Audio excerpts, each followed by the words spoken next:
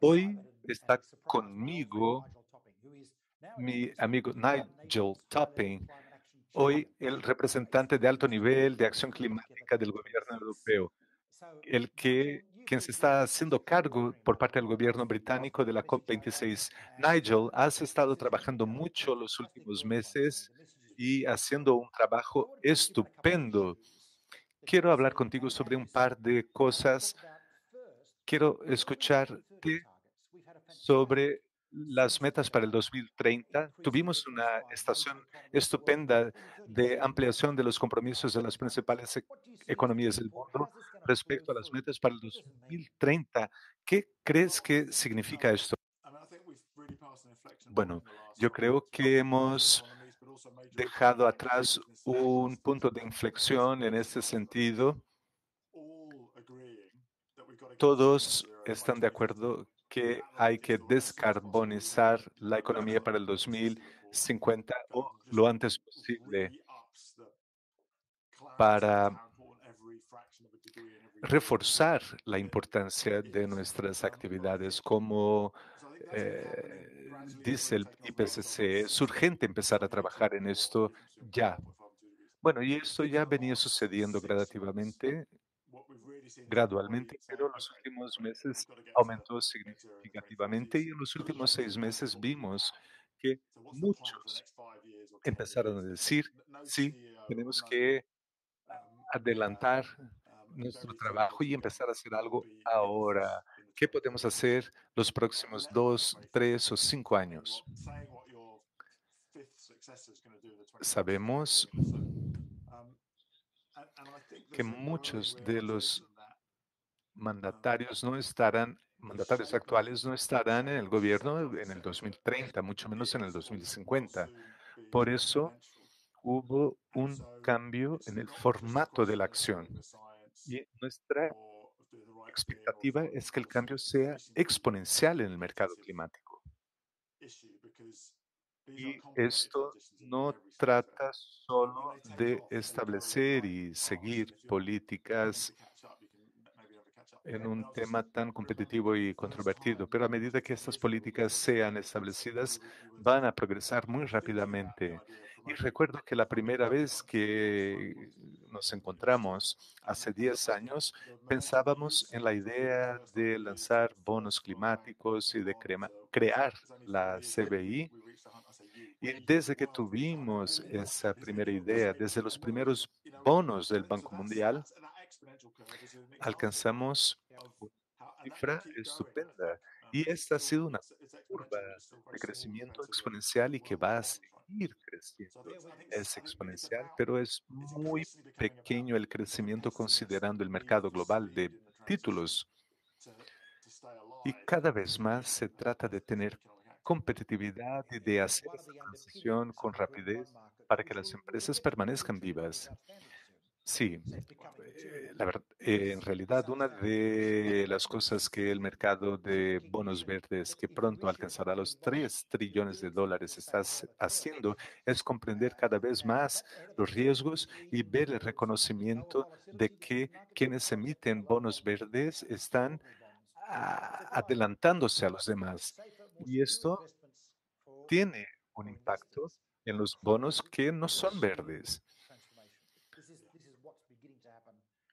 Y tiene un impacto para los inversores, o sea, significa más beneficios para los inversores relacionados con los bonos verdes. Pero ¿cómo podemos adelantarnos y estar un paso adelante de los demás?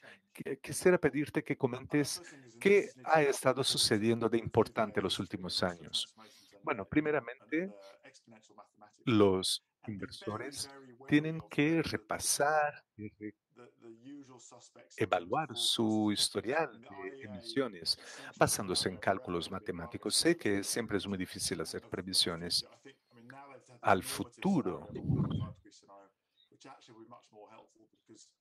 y siempre tuvimos mucha dificultad. Y ahora tenemos un escenario normativo de 1,5 grados, el que todos estamos trabajando por alcanzar. Y mucho se ha dicho de financiación, pero todos los años los ministros de finanzas hacen previsiones de lo que va a suceder año a año, pero lo que estamos viendo ahora es que esto está sucediendo muy rápidamente y que los países se están empezando a adelantarse a estas metas, porque al parecer todos están muy conscientes de la naturaleza exponencial de estos cambios. Y cuando pensamos en las energías renovables y en transporte, son sectores que ya están cambiando muy rápidamente y les va a sorprender la velocidad que van a ganar. Pero también tenemos que pensar en otros sectores, el de acero, por ejemplo. A 2 o 3 años atrás decían que iban a cambiar cuando llegase el momento, pero en este momento están obligadas a cambiar porque eso es lo que demanda el mercado. El propio mercado lo va a resolver. Y el año pasado, por ejemplo, en Suecia hubo una gran inversión en la producción de 5 millones de toneladas de acero verde o basado en bonos verdes. Y esta es una realidad. Lo mismo en el caso del cemento. Vemos mucha innovación en el área de transportes y de innovación. Y esta es la década para desarrollar estas tecnologías que van a permitirnos alcanzar nuestras metas y permitirnos generar la escala comercial que nos va a conducir a nuestras metas. En realidad, esa es una buena recomendación para quienes nos escuchan, un buen consejo para quienes nos escuchan. Tenemos que pensar en las empresas en los países que apuestan por los grandes cambios. Cuando hablamos de escala, la pregunta es, ¿en qué medida necesitamos el apoyo de los gobiernos, de los legisladores, de los reguladores y de los bancos internacionales? ¿Crees que esta agenda está creciendo? Sí, sin lugar a dudas. Es fácil decir que tenemos que movernos más rápido. En realidad solo tenemos dos maneras de avanzar. O avanzamos demasiado despacio o demasiado rápido. Y en esta carrera hacia la neutralidad carbónica, lo que estamos haciendo con lo verde y todo el trabajo que se está haciendo por parte de varias comisiones y varias entidades, estamos intentando, al tener una meta normativa, estamos intentando que todos trabajen hacia esa meta. Y eso quedó muy claro en el trabajo que hicimos sobre transporte de cargas. Y sector en el que hay mucha posibilidad de colaboración para alcanzar la meta de neutralidad carbónica. Y lo que hicimos para acordar esa meta para el 2030, acordamos era necesario reducir un 5% de las emisiones de la industria de transporte marítimo.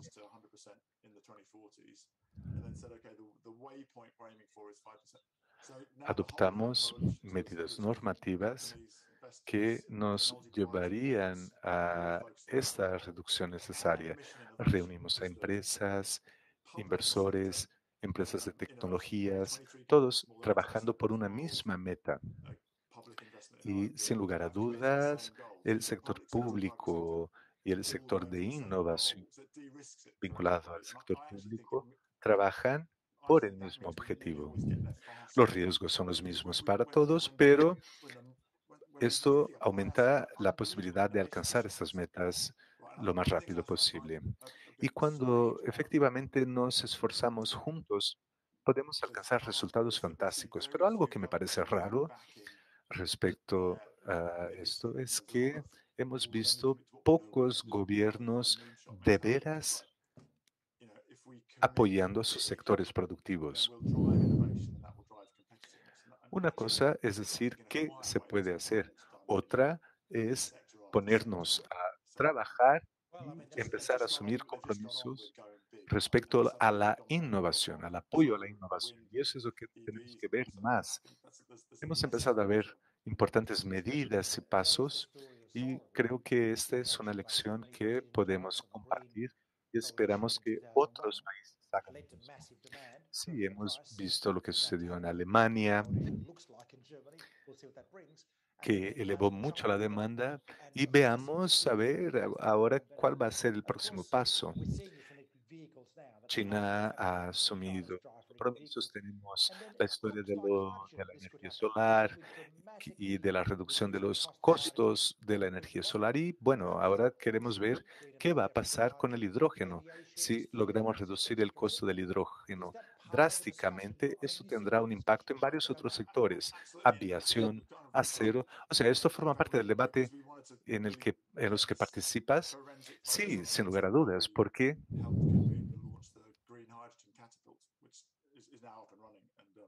queremos que los objetivos y metas, incluso los intermedios, sean trabajados de manera muy minuciosa. Y esta meta de $2 por kilo para el 2026, tenemos ya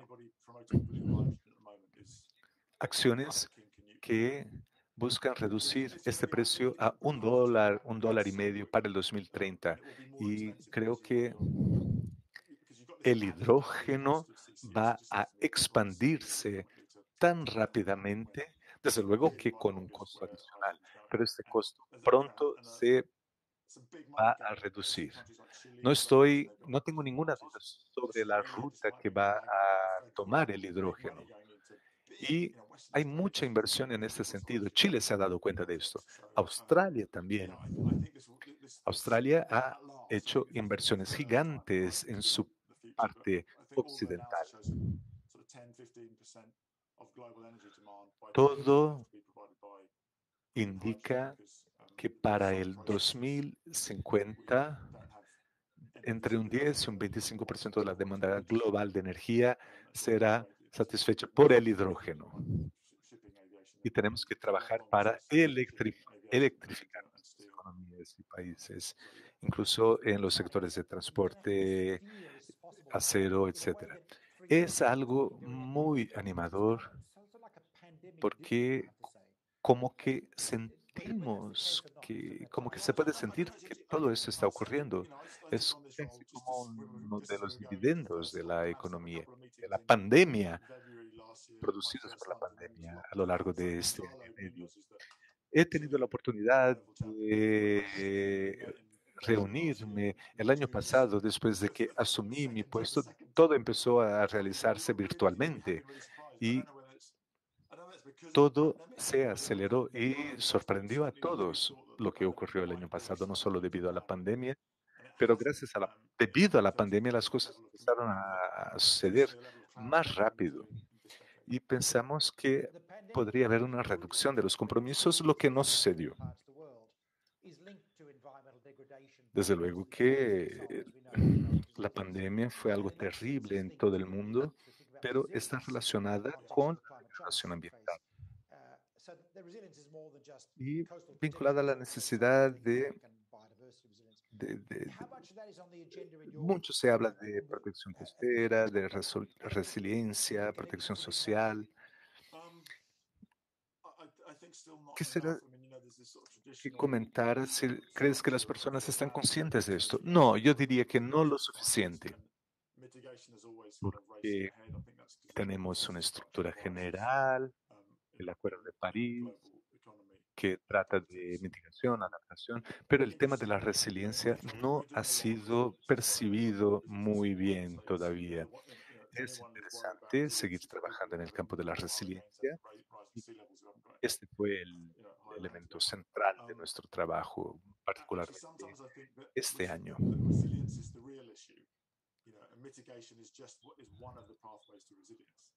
Pero a veces pienso que lo principal es la resiliencia. La mitigación es uno de los caminos hacia la resiliencia.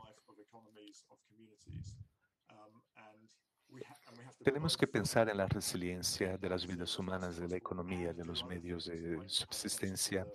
Eso es lo que tienen que hacer los gobiernos para alcanzar el cero neto lo antes posible y hacer todo lo que sea necesario para tener una transición más justa, trabajar por una transición más justa. Y además tenemos que pensar en términos de solidaridad global. La pandemia diría que ha aumentado la sensación de una necesidad de solidaridad global. Y también tenemos que pensar en la manera de reconstruir de manera más bien mejor.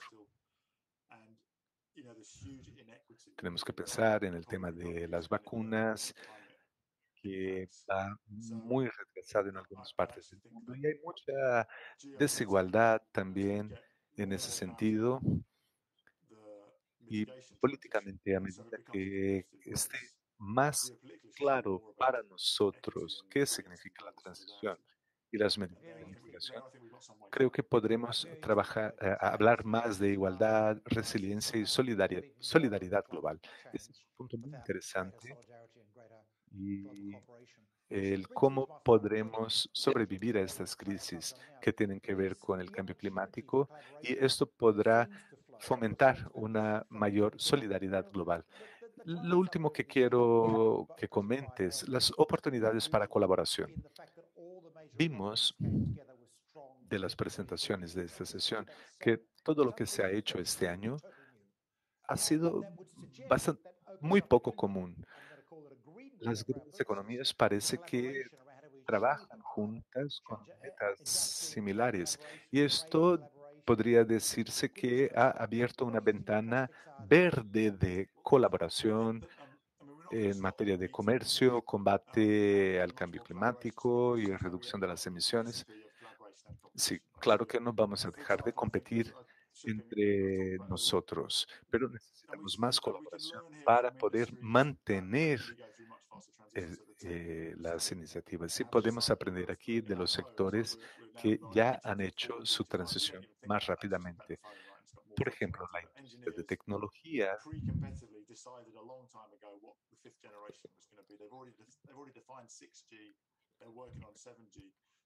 Para la industria de tecnología fue mucho más fácil de empezar la transición, mientras que en la industria de automóviles no. Entonces hay competitividad y a la vez un abordaje más maduro, por así decirlo, en materia de colaboración. Siempre tuvimos a lo largo de la historia de la humanidad grandes ejemplos de colaboración en determinadas áreas. Y hay como que un mito de que esto es una cuestión puramente de competencia. Yo creo que la solidaridad va a estar presente en la mente de todos, pero ahora hay que pensar en cómo podemos movilizar la financiación hacia los mercados emergentes, porque las economías avanzadas lograron ya desarrollarse gracias a los combustibles fósiles. Sin embargo, las economías emergentes ya no tienen esa posibilidad. Entonces tenemos que pensar en una manera de aumentar esta colaboración. Es como el momento del postguerra, con un gran caos económico y una inequidad e injusticia en la distribución de los impactos. Y como ya vimos en algunos momentos del siglo pasado, tuvimos esta respuesta de reconstrucción después de la Segunda Guerra Mundial con el Plan Marshall. Y después de ese momento de unión, llegamos al momento en que cada uno quería beneficiarse lo más rápido posible. Y después, con la gran crisis que estamos atravesando, tenemos que volver a tener más colaboración para facilitar más condiciones para ampliar la paz. Y a lo largo de los próximos años avanzaremos hacia esa dirección como un nuevo plan Marshall que va a definir el formato de los próximos 20 años.